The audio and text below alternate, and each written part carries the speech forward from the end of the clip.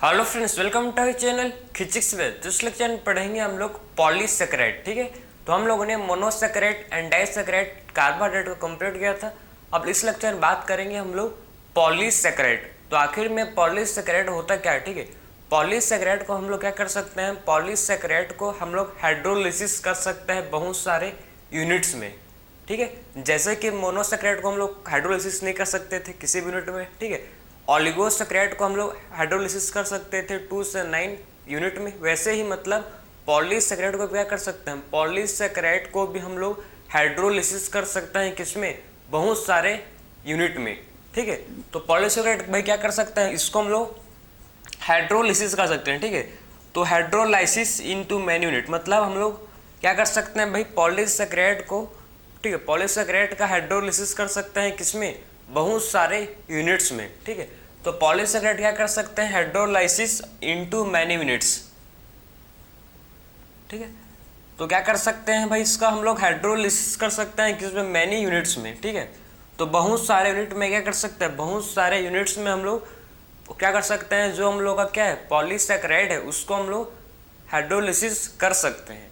ठीक है, तो पॉलीसेकेराइड होते हैं 2 टाइप के। सबसे पहला, ठीक है, पॉलीसेकेराइड जो होते हैं, देखो आप ध्यान से, ठीक है, पॉलीसेकेराइड हम लोग 2 टाइप्स में इसको क्लासीफाई करते हैं। एक होता है, ठीक है, होमोपॉलीसेकेराइड, और दूसरा होता है जिसको बोलते हैं हेट्रोपॉलीसेकेराइड। तो जो हम लोग का क्या है भाई? पॉलीसेकेराइड। तो आप देख सकते हो कि पॉलीसेकेराइड को हम लोग क्या कर सकते हैं? हम लोग उसको क्लासीफाई कर सकते हैं किसमें? एक है हम लोग का, ठीक है, होमोपॉलीसेकेराइड। एक है जिसको बोलते हैं होमोपॉलीसेकेराइड, और दूसरा जो होता है जिसको बोलते हैं हेट्रोपॉलीसेकेराइड। एक होता है होमोपॉलीसेकेराइड, ठीक है, और दूसरा होता है जिसको बोलते हैं हेट्रोपॉलीसेकेराइड। दूसरा क्या होता है भाई? हेट्रोपॉलीसेकेराइड। ठीक है, तो पॉलीसेकेराइड को क्लासिफाई कर सकते हैं होमोपॉलीसेकेराइड एंड हेट्रोपॉलीसेकेराइड में। होमोपॉलीसेकेराइड का मतलब क्या है? होमोपॉलीसेकेराइड काम आता है किसमें? फॉर स्टोरेज के लिए काम आता है एंड फॉर स्ट्रक्चर प्रोवाइड करता है। ठीक है, तो आखिर में सबसे पहले बात करेंगे कि होमोपॉलीसेकेराइड होता क्या है। ठीक है, तो होमोपॉलीसेकेराइड किस चीज़ से बना है? इसमें बहुत सारे इसमें क्या होते हैं, और इसमें ओनली 1 मोनोसेकेराइड यूनिट से मिलकर बना है। बात समझे? होमोपॉलीसेकेराइड ओनली 1 मोनोसेकेराइड यूनिट से मिलकर बना है। ठीक है, तो देखो कि ये लॉन्ग चेन है, ठीक है, और इसमें खाली, ठीक है, ओनली 1 मोनोसेकेराइड, ठीक है, ओनली 1 मोनोसेकेराइड यूनिट से मिलकर बना है। ये क्या है? मोनोसेकेराइड। ठीक है, तो ओनली 1, खाली एक टाइप के, ठीक, ओनली मतलब खाली एक टाइप के मोनोसेकेराइड से मिलकर बना है एक चेन, इसको बोलते हैं होमोपॉलीसेकेराइड। बात समझे? तो होमोपॉलीसेकेराइड का मतलब होता है किसमें क्या होंगे? Same unit. इसमें मोनोसेकेराइड का क्या होंगे? इसमें मोनोसेकेराइड का इसमें सेम यूनिट होंगे। ठीक है, तो होमोपॉलीसेकेराइड क्या होगा भाई इसमें? ठीक है, इसमें होमोपॉलीसेकेराइड, इसमें मोनोसेकेराइड के इसमें क्या होगा? इसमें मोनोसेकेराइड किसमें क्या होंगे? सेम यूनिट होंगे। ठीक है, तो इसमें क्या होते हैं? इसमें होते हैं मोनोसेकेराइड के सेम यूनिट इसमें रिपीट होते हैं, इसी को बोलते हैं होमोपॉलीसेकेराइड। हेट्रोपॉलीसेकेराइड का मतलब क्या है भाई? हेट्रो, ठीक है, पॉलीसेकेराइड का मतलब होता है डिफरेंट यूनिट। ठीक है, इसमें क्या होता है? डिफरेंट, ये पूरा मतलब एक चेन जो है ये डिफरेंट यूनिट्स, डिफरेंट मतलब मोर देन वन पॉलीसेकेराइड, मतलब इसमें डिफरेंट मोनोसेकेराइड से मिल के बनता है ये। ठीक है, तो इसमें क्या होता है? ये डिफरेंट, ठीक है, डिफरेंट मोनोसेकेराइड्स के यूनिट से मिलकर बना है, इसको बोलते हैं हेट्रोपॉलीसेकेराइड। ठीक है, जो डिफरेंट मोनोसेकेराइड, ठीक है, डिफरेंट मोनोसेकेराइड के यूनिट से मिलकर बनता है, डिफरेंट मोनोसेकेराइड के यूनिट से मिलकर जो बनता है इसको बोलते हैं हेट्रोपॉलीसेकेराइड। तो आप सबसे पहले आपका डेफिनेशन आपका क्लियर होना चाहिए कि आखिर में होमोपॉलीसेकेराइड किसको बोलते हैं और आखिर में हेट्रोपॉलीसेकेराइड किसको बोलते हैं। होमो का मतलब क्या है? कि सेम। ठीक है, तो अगर सेम मोनोसेकेराइड यूनिट से मिलकर बना है तो उसको बोलते हैं होमोपॉलीसेकेराइड। अगर डिफरेंट, ठीक है, मोनोसेकेराइड यूनिट से मिलकर बना है तो उसको बोलते हैं हेट्रोपॉलीसेकेराइड। ठीक, होमोपॉलीसेकेराइड में मेन हम लोग पढ़ेंगे एक काम, एक, ठीक, इसमें पढ़ेंगे काम आता है फॉर मतलब स्टोरेज ठीक, इसमें पढ़ेंगे ये यूज होता है किसके लिए, फॉर स्टोरेज के लिए एंड फॉर स्ट्रक्चरल, मतलब ये स्ट्रक्चर भी प्रोवाइड करता है। स्टोरेज करता है किसमें, ये स्टोरेज करता है जैसे कि प्लांट एंड एनिमल सेल में, ठीक है, तो ये स्टोर करता है, ठीक है, ये क्या करता है भाई, स्टोरेज करता है किसमें, ये स्टोरेज करता है प्लांट एंड एनिमल सेल में, और ये स्ट्रक्चर प्रोवाइड करता है प्लांट का, ठीक है, प्लांट एनिमल एंड फंगस का क्या करता है, ये स्ट्रक्चरल स्ट्रक्चर प्रोवाइड करता है। बात समझे। तो जो होमोपॉलीसैकेराइड है, होमोपॉलीसैकेराइड जो होता है, ठीक, एक तो काम आता है फॉर स्टोरेज के लिए, और दूसरा एक काम आता है किसके लिए, फॉर स्ट्रक्चर प्रोवाइड करता है। किसको स्ट्रक्चर देगा भाई, ये प्लांट को, एनिमल को या फंगस को क्या कर सकते हैं, उसको ये स्ट्रक्चर प्रोवाइड कर सकता है, ठीक है। तो स्टोरेज में क्या पढ़ेंगे, देखो स्टोरेज में पढ़ेंगे हम लोग सबसे पहला, इसमें स्टोरेज पढ़ेंगे हम लोग स्टार्च। क्या पढ़ेंगे भाई, स्टोरेज में हम लोग पढ़ेंगे स्टार्च क्या होता है, ठीक है, स्टार्च क्या होता है पढ़ेंगे, फिर पढ़ेंगे ग्लाइकोजन, कि आखिर में ग्लाइकोजन क्या होता है इसको जरा देखेंगे, और फिर देखेंगे इन्यूलिन, ठीक है।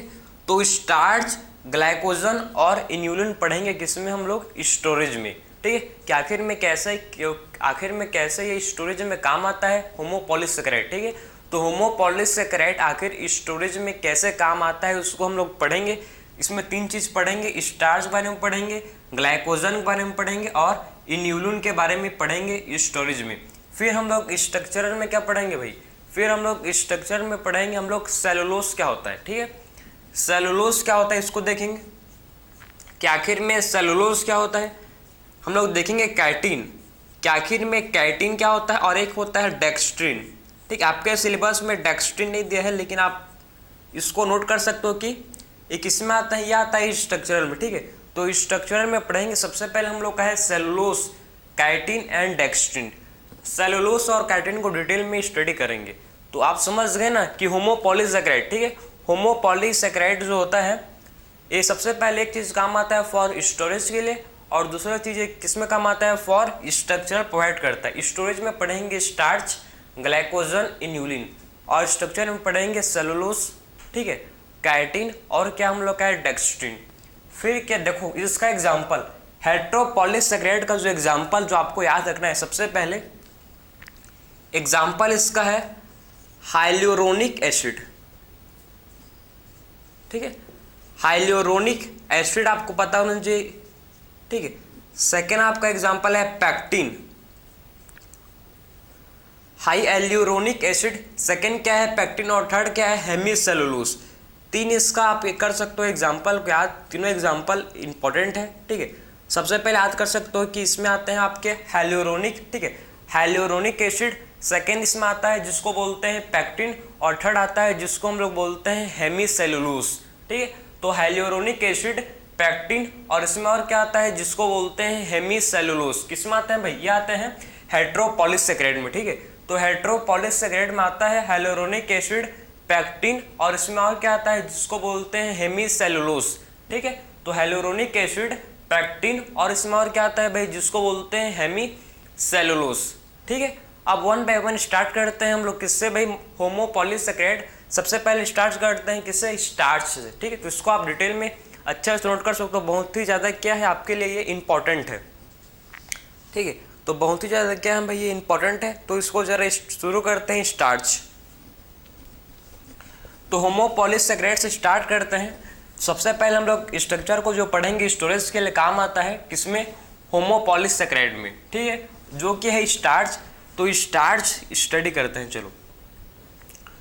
तो सबसे पहले हम लोग का स्ट्रक्चर जो स्टडी करेंगे वो है स्टार्च। स्टार्च, ठीक है, स्टार्च जो होता है, ठीक, स्टार्च 2 टाइप के होते हैं, एक होता है जिसको बोलते हैं अमाइलोस, और दूसरा होता है अमाइलोपैक्टिन। तो स्टार्च 2 टाइप का होता है, देख लो, एक होता है, ठीक है, जिसको बोलते हैं अमाइलोस, और दूसरा होता है अमाइलोपैक्टिन,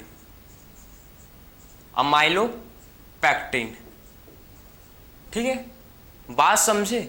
तो स्टार्च होता है, एक होता है अमाइलोस, दूसरा क्या होता है अमाइलोपैक्टिन, ठीक। स्टार्च क्या ये, ठीक, ये क्या होता है, अल्फा ग्लूकोज का चेन होता है। स्टार्च क्या है भाई, स्टार्च कंसिस्ट करता है अल्फा ठीक है, अल्फा ग्लूकोज का चेन। तो ये क्या होता है भाई, स्टार्च कंसिस्ट क्या करता है, ये अल्फा ग्लूकोज का चेन। स्टार्च मतलब क्या, स्टार्च मतलब है कि इसमें क्या होता है, अल्फा ग्लूकोज के चेन इसमें होते हैं, ठीक है। तो अल्फा ग्लूकोज के चेन जो स्टार्च है ये कंसिस्ट करता है। तो स्टार्च टू टाइप का होता है, एक होता है अमाइलोस और दूसरा होता है स्टार्च जिसको बोलते हैं अमाइलोपेक्टिन, ठीक है। तो अमाइलोस जो होता है, ठीक, ये कैसा होता है, अमाइलोस जो हम लोग का होता है ये होता है अनब्रांच्ड, मतलब ये कैसा होता है, अनब्रांच्ड होता है, ठीक है। तो ये कैसा होता है, आप देख सकते हो ये अनब्रांच्ड होता है। तो अमाइलोस कैसा होता है, इसके अनब्रांच्ड क्या होते हैं, इसके पॉलीमर होते हैं, ठीक है। तो अमाइलोस के क्या होते हैं, अमाइलोस के अनब्रांच्ड पॉलीमर होते हैं, समझे। तो अमाइलोस के क्या होता है, इसका अनब्रांच्ड पॉलीमर होता है। और वही बात करें अमाइलोपेक्टिन, तो अमाइलोपेक्टिन के क्या होते हैं भाई, इसके होते हैं ब्रांच्ड पॉलीमर, ठीक है। इसके क्या होते हैं, इसके होते हैं ब्रांच्ड पॉलीमर। बात समझे, सिंपल है। आप सिंपल देखो कि स्टार्च टू टाइप के होते हैं, एक होता है अमाइलोस और दूसरा होता है अमाइलोपेक्टिन। स्टार्च क्या है, अल्फा ग्लूकोज का एक चेन है, ठीक है। तो ये क्या है भाई, स्टोरेज के लिए काम आता है, ठीक है। तो स्टोरेज पॉलीसेकेराइड है, ठीक है। ये किसके लिए काम आता है, स्टोरेज के लिए। तो स्टार्च स्टोरेज के लिए काम आता है, सबसे पहला पॉइंट, ठीक है। अमाइलोस ये होता है अनब्रांच्ड पॉलीमर। और अमाइलोपेक्टिन होता है क्या है भाई, अमाइलोपेक्टिन होता है हम लोग का जिसको बोलते हैं ब्रांच्ड पॉलीमर, ठीक है। अमाइलोपेक्टिन क्या होता है, ये होता है जिसको बोलते हैं हम लोग ब्रांच्ड पॉलीमर। तो अनब्रांच्ड पॉलीमर का मतलब क्या है, देखो कि इसमें सेम ऐसी एक ये क्या होगा, अनब्रांच्ड पॉलीमर होगा, ठीक है। और ब्रांच्ड का मतलब है कि इसमें ब्रांचेस होंगे, ठीक। इसमें क्या होंगे, इसमें आपको ब्रांचेस आपको इसमें देखने को मिलेगा, ठीक है। इसमें आपको क्या देखने को मिलेगा भाई, इसमें ब्रांचेस आपको इसमें देखने को मिलेगा, ठीक है। तो अमाइलोस जो कि अनब्रांच्ड पॉलीमर है, और ये क्या है, देखो इसको बोलते हैं ब्रांच पॉलीमर जो कि ब्रांच है, जिस ब्रांचेस हैं, ठीक है। किसका पॉलीमर है ये, अल्फा ग्लूकोज का। किसका पॉलीमर है भाई, ये आपको मैं पहले लिखवा चुका हूँ, देखो ये पॉलीमर किसका है, अल्फा ग्लूकोज का ये पॉलीमर है, ठीक है।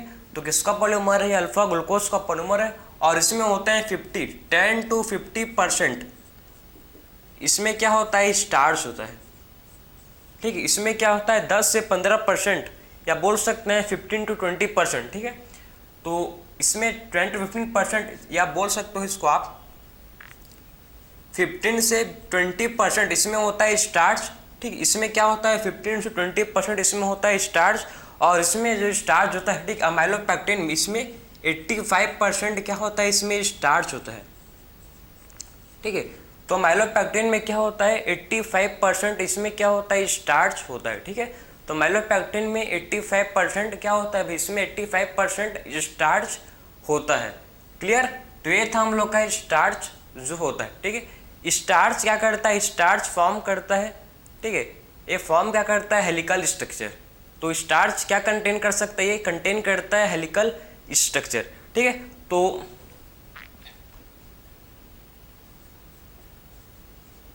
स्टार्च फॉर्म सेकेंडरी, ठीक है। ये क्या फॉर्म कर सकता है, सेकेंडरी हेलिकल स्ट्रक्चर, ठीक है। तो सेकेंडरी हेलिकल स्ट्रक्चर फॉर्म कर सकता है स्टार्च, ठीक है। तो starch form secondary helical structure, ठीक है। तो स्टार्च क्या बना सकता है भाई, स्टार्च सेकेंडरी हेलिकल स्ट्रक्चर बना सकता है, ठीक है। तो स्टार्च क्या बना सकता है, स्टार्च जो है ये सेकेंडरी हेलिकल स्ट्रक्चर बना सकता है हम लोग का स्टार्च। तो स्टार्च जो है क्या बना सकता है, सेकेंडरी हेलिकल स्ट्रक्चर फॉर्म कर सकता है, ठीक है। होल्ड, और ये क्या कर सकता है, होल्ड I2 मॉलिक्यूल। आयोडीन मतलब I2 का मतलब है कि आयोडीन, ठीक है। आयोडीन मॉलिक्यूल को क्या कर सकता है, होल्ड कर सकता है, ठीक है। तो hold I2 molecule, iodine molecule क्या कर सकता है भाई, ये आयोडीन मॉलिक्यूल को होल्ड कर सकता है। और एक कौन सा कलर का होता है, ब्लू इन कलर। और कौन सा कलर का होता है भाई, ये होता है ब्लू कलर का होता है, ठीक है। तो कौन से कलर का होता है, ये होता है ब्लू कलर का, ये होता है आयोडीन मॉलिक्यूल्स, ठीक है। रेड से किस में होता है, कन्वर्ट है रेड में, रेड से ये, ठीक है। ब्लू कलर में क्या हो जाता है, ये आयोडीन मॉलिक्यूल कन्वर्ट हो जाता है, बात समझे। तो ये था पूरा आपका जिसको बोलते हैं स्टार्च। स्टार्च मेन काम आता है फॉर स्टोरेज के लिए। प्लांट में प्लांट में जो स्टोर हो, ठीक है, स्टार्च के फॉर्म में क्या होता है, ग्लूकोज ये स्टोर्ड रहता है, ठीक है। तो प्लांट में जो फूड है ये स्टार्च के फॉर्म में स्टोर्ड रहता है। बात समझ आए आपको? तो ये था हम लोग का स्टार्च। अब बात करेंगे सेकेंड स्ट्रक्चर जो कि हम लोग का है सेलुलोज, ठीक है।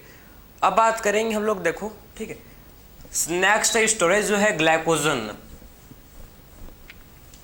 नेक्स्ट जो हम लोग का है स्टोरेज उसके बारे में बात करेंगे जो है ग्लाइकोजन, ठीक है। नेक्स्ट क्या है जिसको बोलते हैं ग्लाइकोजन।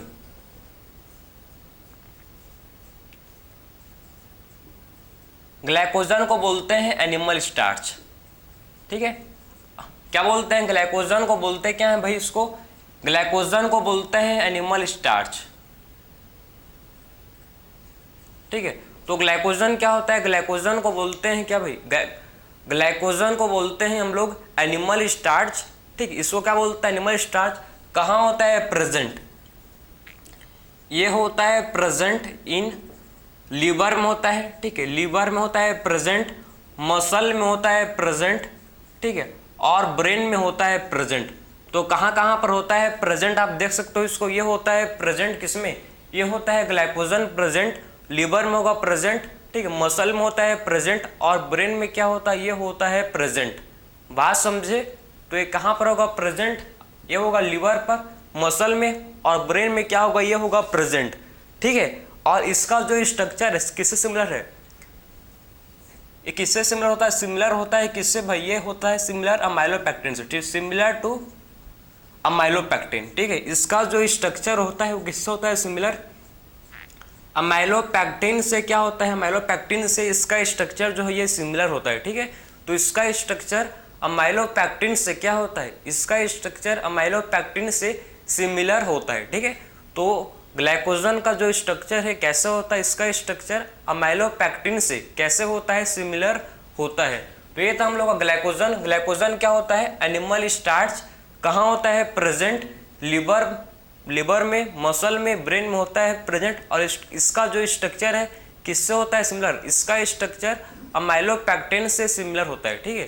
तो इसका स्ट्रक्चर किससे होता है सिमिलर? अमाइलोपेक्टिन से इसका स्ट्रक्चर सिमिलर होता है। फिर बात करेंगे हम लोग अब जो हम लोग का है इन्यूलिन, ठीक है। तो इन्यूलिन जो होता है ये क्या है? Polymer of fructose. इन्यूलिन क्या होता है भाई? ये होता है पॉलीमर किसका? फ्रक्टोज का, ठीक है। तो इन्यूलिन क्या होता है? ये होता है पॉलीमर किसका है भाई? इन्यूलिन होता है पॉलीमर किसका है? ये पॉलीमर है फ्रक्टोज का, ठीक है। तो इन्यूलिन क्या होता है? इन्यूलिन होता है पॉलीमर किसका है? फ्रक्टोज का। बस आपके एनसीईआरटी में ज़्यादा मतलब डिटेल में डिस्कस नहीं किया इन्यूलिन के बारे में। आपको बस इतना पता होना चाहिए कि इन्यूलिन क्या है, ठीक है। इन्यूलिन होता है क्या भाई? ये है पॉलीमर किसका पॉलीमर है? फ्रक्टोज का पॉलीमर होता है, ठीक है। तो इन्यूलिन क्या होता है? ये होता है पॉलीमर किसका? इन्यूलिन होता है पॉलीमर होता है भाई फ्रक्टोज का। क्लियर है? तो हम लोगों ने स्टोरेज वाला पार्ट कंप्लीट किया, ठीक है। होमोपॉलीसैकेराइड का स्टोरेज वाला पार्ट सबसे पहले स्टार्च, ग्लाइकोजन, इन्यूलिन। अब बात करेंगे चलो स्ट्रक्चरल पार्ट जो है हम लोग का सेलुलोज, काइटिन, उसको डिस्कस करते हैं, ठीक है। बहुत सिंपल है। तो अब बात करेंगे हम लोग का स्ट्रक्चरल पार्ट, ठीक है। स्टोरेज वाला पार्ट कंप्लीट हुआ, कंप्लीट के, ठीक है। अब बात करते हैं चलो हम लोग स्ट्रक्चरल पार्ट, जो स्ट्रक्चरल प्रोवाइड करते हैं, जो स्ट्रक्चरल प्रोवाइड करते हैं, ठीक है। तो स्ट्रक्चरल प्रोवाइड करते हैं कौन? सेलुलोज। एक हम लोग का है जिसको बोलते हैं क्या? सेलुलोज। तो नाम से ही आपको समझ आना चाहिए सेलुलोज, ठीक है।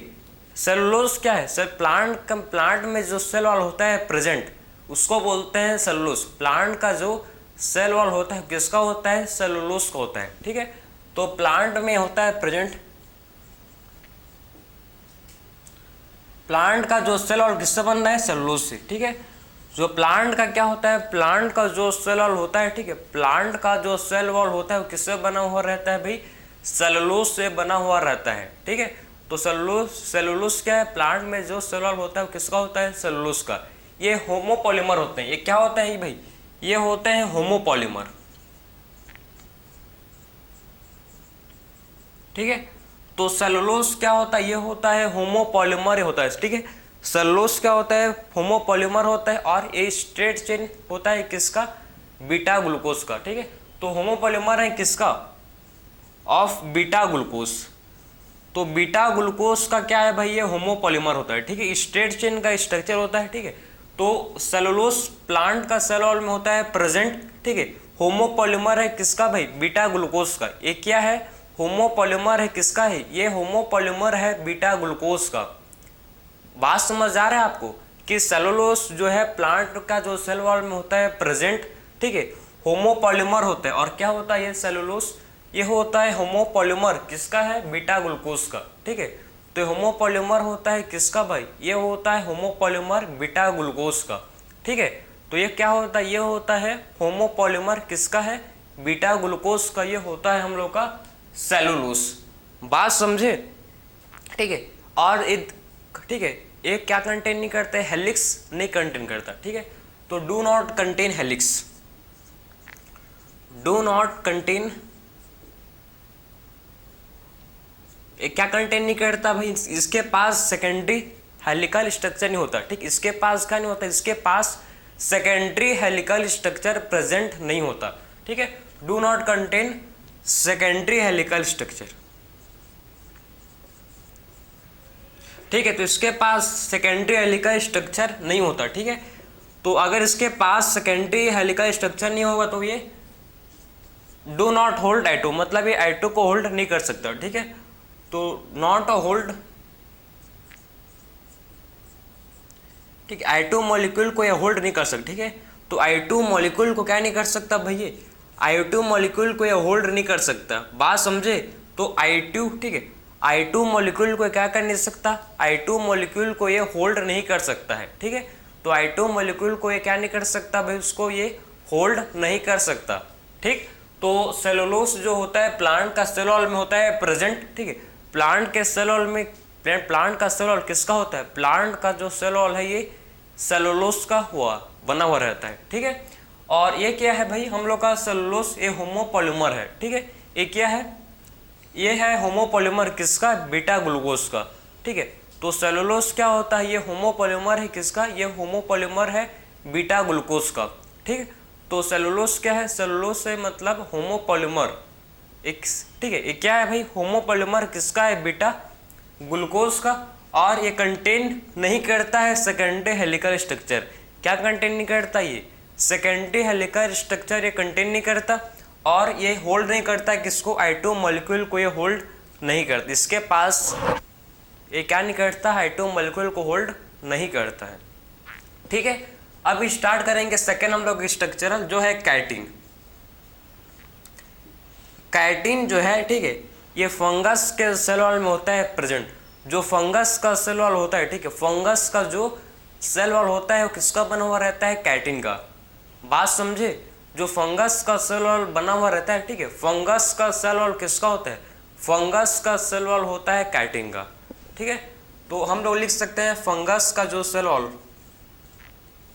फंगस का जो क्या होता है सेल वॉल होता है, ठीक है, किसका होता है, कैटिन का। ठीक है, तो फंगस का जो क्या होता है भाई, फंगस का जो सेल वॉल होता है वो किसका होता है, कैटिन का होता है। ठीक है, तो जो फंगस का सेल वॉल होगा वो किसका होगा, कैटिन का बना हुआ रहता है। और कहाँ पर होता है, प्रेजेंट। ठीक है, आपने सुना है एक्सो, ठीक है, एक्सोस्केलेटन ऑफ ऑर्थोपोड। तो एक्सोस्केलेटन ऑफ ऑर्थोपोड में भी किसका होता है, वो होता है कैटिन का। ठीक है, तो एक्सोस्केलेटन ऑफ ऑर्थोपोड भी, ठीक है, उसमें भी क्या होता है, कैटिन होता है। ठीक है, तो एक्सोस्केलेटन ऑफ ऑर्थोपोड में भी क्या होता है, उसमें भी कैटिन प्रेजेंट होता है। ठीक है, तो उसमें भी क्या होता है, जो कैटिन है ये प्रेजेंट होता है। ठीक है, ये भी क्या है, होमोपॉलीमर है भाई, ये भी सेम। ठीक है, होमोपॉलीमर है, बहुत सारे मोनोमर्स यूनिट से मिलकर बना है। ठीक है, तो उसको बोलते हैं क्या होता है, ये होमोपॉलीमर है। ठीक है, तो ये क्या होता है, कैटिन ये है होमोपॉलीमर। ठीक, तो ये क्या है भाई, ये हम लोग का कैटिन जो होता है ये है होमोपॉलीमर। बात समझे, तो कैटिन क्या है, ये है होमोपॉलीमर, बहुत सारे मोनोमर यूनिट्स से मिलकर बना है। ठीक है, तो ये होमोपॉलीमर है। ठीक है, तो इसमें एक और एग्जांपल आपको पता होना चाहिए। ठीक है, N एसिटाइल ग्लैक्टोसामिन, ठीक है, जो आपके एनसीईआरटी में मेंशन है। किसका बना हुआ रहता है भाई? कैटिन, जिसमें होते हैं देखो एन एसिटाइल गैलेक्टोसा अमीन,